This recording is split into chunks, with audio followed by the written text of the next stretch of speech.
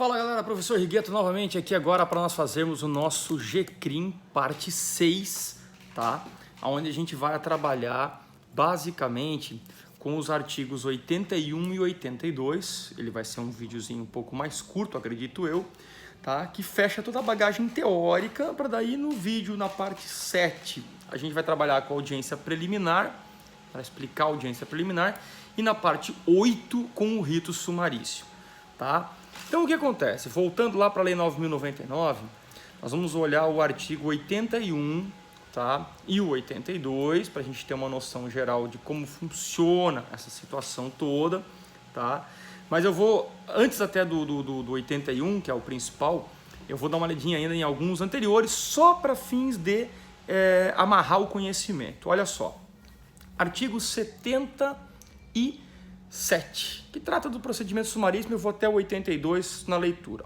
Na ação penal de iniciativa pública, quando não houver aplicação de pena pela ausência do autor do fato ou pela não ocorrência da hipótese prevista no artigo 76 da lei, o Ministério Público oferecerá ao juiz de imediato a denúncia oral, e se não houver necessidade de diligências imprescindíveis.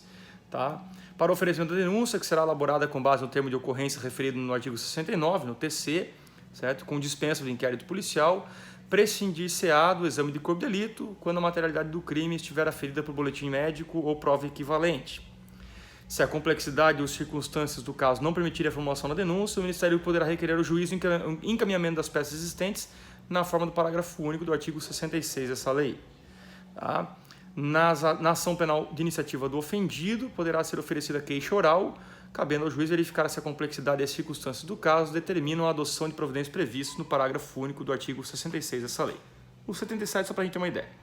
O 78 fala assim: oferecida a denúncia ou a queixa será reduzida a termo, entregando-se cópia ao acusado, que com ela ficará citado e imediatamente cientificada a designação de dia e hora para audiência, instrução e julgamento, na qual também tomarão ciência o Ministério Público, o ofendido, o responsável civil e seus advogados. Se o acusado não estiver presente, será citado na forma do artigo 66 e 68 dessa lei e cientificado da data da audiência de instrução e julgamento, devendo a ela trazer suas testemunhas ou apresentar requerimento para intimação, no mínimo 5 dias antes da sua realização.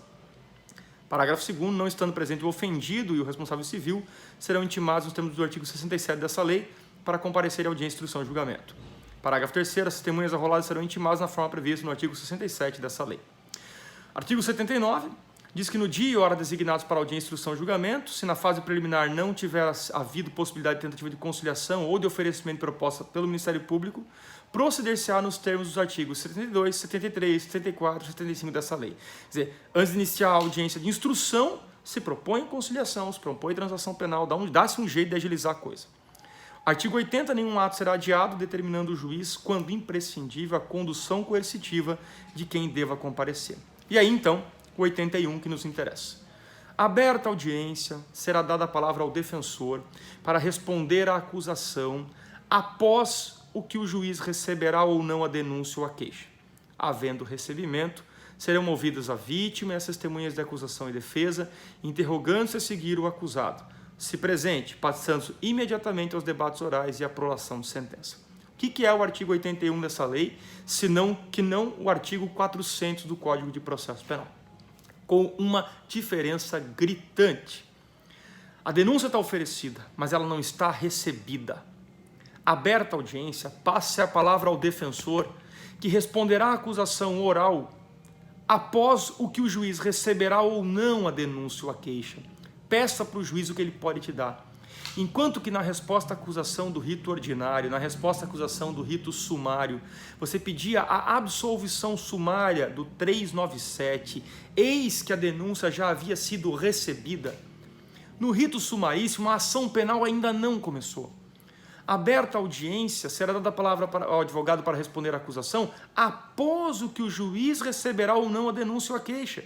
Então, o propósito do advogado aqui é pedir a rejeição da denúncia com base no 395.123, inépcia da inicial, ausência de pressuposto ou condição de agir, ou ausência de justa causa, falta de pressuposto ou condição de agir, ou ausência de justa causa. Se ele receber a denúncia, deu início à ação penal. Aí são ouvidos a vítima, testemunhas de acusação e defesa, interrogando-se o réu ao final, certo? passando-se imediatamente aos debates orais e à sentença. As alegações finais na 9.099 são orais e a sentença é oral. Rigueto, mas qual é o tempo? 20 minutos prorrogados mais 10. Onde é que está? Lá no artigo 400.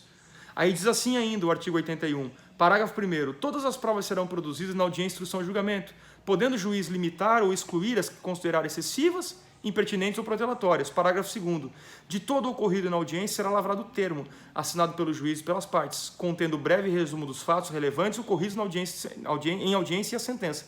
Parágrafo 3º, pegadinha de prova. A sentença, vírgula, dispensado o relatório, mencionará os elementos de convicção do juiz. Então, o que acontece no artigo 81? Mostra como é que é a audiência de instrução e mostra que não há, certo, absolvição sumária, a rejeição, a pedido de rejeição da denúncia. Se ele receber, aí designa, né, passa-se então a oitiva de vítima, acusação e defesa, interrogatório, alegações finais, orais e sentença. Fechou? Essa é a linha de raciocínio da audiência que nós vamos expor depois no rito sumarício. Fecho com o 82, que tem, na verdade, 5 parágrafos. Diz assim, ó, da decisão de rejeição da denúncia ou da queixa e da sentença caberá apelação, que poderá ser julgada por uma turma composta por 3 juízes em exercício no primeiro grau de jurisdição, reunidos na sede do juizado. Parágrafo 1º. A apelação será interposta no prazo de 10 dias, contados da ciência da sentença pelo Ministério Público, pelo réu e seu defensor, por petição escrita, da qual constarão as razões e o pedido do recorrente. Lembra que no rito ordinário e no sumário, eu tinha 5 dias para interpor e 8 dias para razoar. Na lei do juizado especial, eu tenho 10 dias para fazer os dois juntos. Tá? Parágrafo 2º. O recorrido será intimado para oferecer resposta escrita no prazo de 10 dias. As contrarrazões. Parágrafo 3º, as partes poderão requerer a transcrição da gravação da fita magnética a que alude o parágrafo 3º do 65 dessa lei. Hoje em dia, tudo transcrito, tudo em vídeo. As partes serão intimadas da data da sessão de julgamento pela imprensa e, se a sentença for confirmada pelos próprios fundamentos, a súmula do julgamento servirá de acórdão. Significa que funciona assim. O juizado especial tem como segundo grau as turmas recursais, que funcionam por macro-regiões. Nós hoje temos aqui na nossa região a 7ª turma recursal, ela fica em Itajaí, no 3º piso do Fórum de Itajaí. Lá se reúnem no mínimo 3 juízes de primeiro grau, em exercício de primeiro grau, que vão julgar todos os recursos advindos do juizado especial civil e criminal. Eles servem, na verdade, como os desembargadores. Da turma recursal, que se equipara ao Tribunal de Justiça, nós temos STJ e STF. Tá? Então funciona assim, simples e objetivo. Cuidado com a audiência de instrução e julgamento na Lei 9.099 e cuidado com o recurso. O prazo é 10 dias, os dois têm que ser juntos, interposição e razões, não pode ser separado como no rito comum, certo? E ainda atrás, depois, né, vou completar aqui com o artigo 83, que diz que cabem embargos de declaração quando em sentença ou acórdão houver obscuridade, contradição ou omissão. Os embargos de declaração serão opostos por escrito ou oralmente no prazo de 5 dias contados da ciência da decisão. Parágrafo 2º. Os embargos de declaração interrompem o prazo para a interposição do recurso. Parágrafo 3º. Os erros materiais podem ser corrigidos de ofício. Se um juiz escreve que vai julgar procedente, julga improcedente, se o juiz calcula a pena e acaba errando, qualquer situação, na verdade, que tenha erro material, o juiz pode arrumar de ofício. Qualquer obscuridade, ambiguidade, contradição ou omissão pode ser corrigida, na verdade, através de embargos, com prazo de 5 dias. Se você vai aprender semestre que vem que lá no rito ordinário e no rito sumário, os embargos têm prazo de 2 dias e são previstos no artigo 382 do Código de Processo Penal. Lá, 382, 2 dias, ordinário e sumário. Aqui, artigo 83, prazo de 5 dias. Lá, a apelação do 593.1 é de 5 dias para interpor e 8 para razoar. Aqui não. Aqui, na verdade, o prazo é de 10 dias em conjunto, certo? Lá são 3 desembargadores, juízes de segundo grau, que atuam em segundo grau. Aqui, 3 juízes de primeiro grau, que atuam nas turmas recursais. Lá, nós temos o Tribunal de Justiça em Florianópolis e um Tribunal de Justiça na região do Oeste, só, que é uma filial na região Oeste, para atender aquela região. Aqui não. Aqui os juizados especiais, as turmas recursais, são sempre, na verdade, por macro-regiões. Tudo que vem, por exemplo, né, de Porto Belo até, por exemplo, Balneário Pissarras, cai, na verdade, para Itajaí. Tudo que vai de Porto Belo para baixo vai para Florianópolis, tudo que vai de Barra Velha para cima vai a Joinville. Só para ter uma noção, da abrangência da turma recursal. E preste atenção, da decisão, né, que o juiz, da denúncia, o juiz abre a palavra para mim na audiência, eu faço o pedido e vou pedir para ele o quê? Rejeição. Juiz, rejeita a denúncia. Se ele não rejeitar, ele vai receber e vai tocar o barco. Fechou?